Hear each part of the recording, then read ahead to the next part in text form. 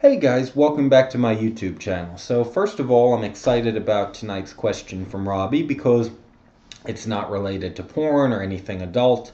Not that I mind answering those questions for you. Certainly glad to do that, but this provides some nice variety.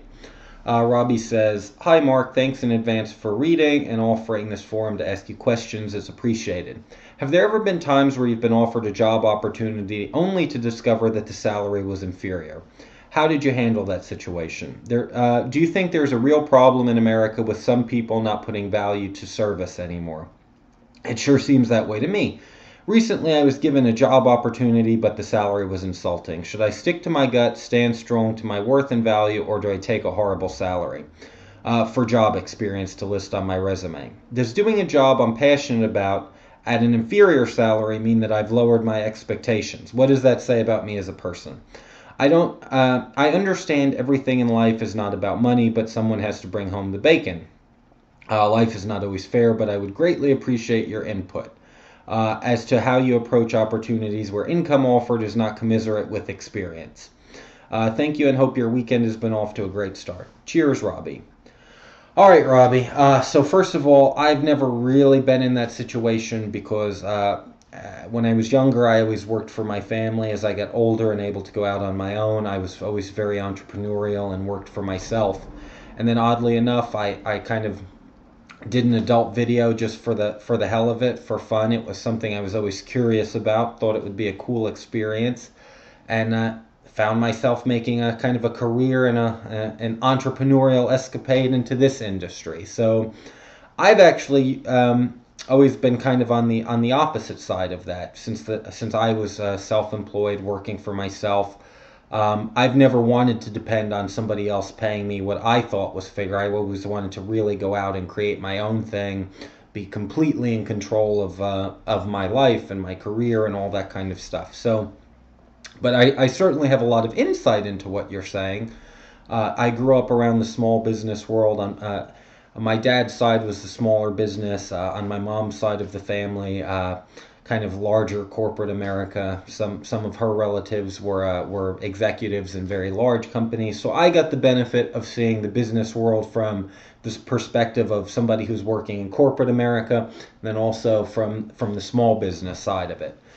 Now, the first thing you have to do when you're thinking about compensation, when you're trying to decide what's a fair salary for yourself, is it's very important to step back and say, okay, I have tremendous value because I'm a human being and I'm passionate about my job and I'm good at it and I have experience, versus the true monetary value I'm going to bring to the company.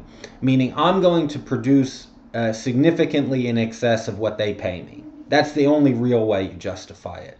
So we all are guilty, and myself included, of thinking that, just because we, in some way or another, are really good at something or talented at something, that immediately justifies extremely high compensation. At the end of the day, it's does that talent, does that passion, does that experience translate into producing a significant return for the company in exchange for the money they pay us?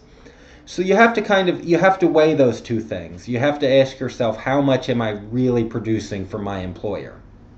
Now, in some cases, when you look at it that way, you start to say, well, maybe if the situations were reversed, I wouldn't be too happy with what I was asking for either. Now, if you sit down and you say, look, I think that I really am producing enough that I justify additional compensation. That's all negotiable. You can certainly make your case and with lots of facts and figures and insight, go to your employer and say, this is why I feel I'm bringing significantly more value to the table than I'm being compensated for. It's not just, I think I deserve a raise, so give me one. You need to lay out for them why, when you get down to the dollars and cents of it, leave the emotional stuff, about how passionate you are and all of that. When you get down to the dollars and cents of it, this is why I think you guys should pay me more money to keep me here, because it's worth it to you. Now, as far as do I think businesses don't put value on service. Robbie, at the end of the day in business, if you're not profitable, you have a hobby. You don't have a business. So whether you're working for a smaller mom and pop thing, all the way up to the biggest corporation in America, the end goal is profit. So you have to judge every decision you make by that standard. Is it worth it? Is it worth it to outlay this money to someone based on what they're able to produce? So I don't think it's that they don't value service. I think that it's that profitability trumps that, because you certainly employers of all sizes, they do value the service you're bringing to their organization. They want you to be passionate. They want you to be productive. But that doesn't mean that they can afford to pay you exactly what you want. So I think that's kind of what you have to decide. It's always good to ask yourself, if I was walking in someone else's shoes, and I looked at the situation, would I agree with what I was asking for? So ask yourself, if you were in that person's position, based strictly on the numbers, would you pay yourself the salary that you're expecting? And if you say yes, then negotiate it. If not, you either have to decide to stay for a little bit and build up some experience that may be applicable in transitioning to another job that may pay you more money. But there's certainly, I don't think there's necessarily a right or wrong answer in the short term. Sometimes staying at a place and building up experience and kind of building the resume, it makes it much easier to transition into a better job down the road. Now, certainly, for a long-term game plan, you don't want to stay at a job where you're feeling significantly undercompensated for any reason. In the long term, you need to develop a game plan that says, how do I get to do what I'm passionate about and make a livable wage? Now some careers and some things just don't pay a lot of money no matter how good you are at them. So that's another thing you have to consider. Is your particular field of industry, what's the upside potential of that? If you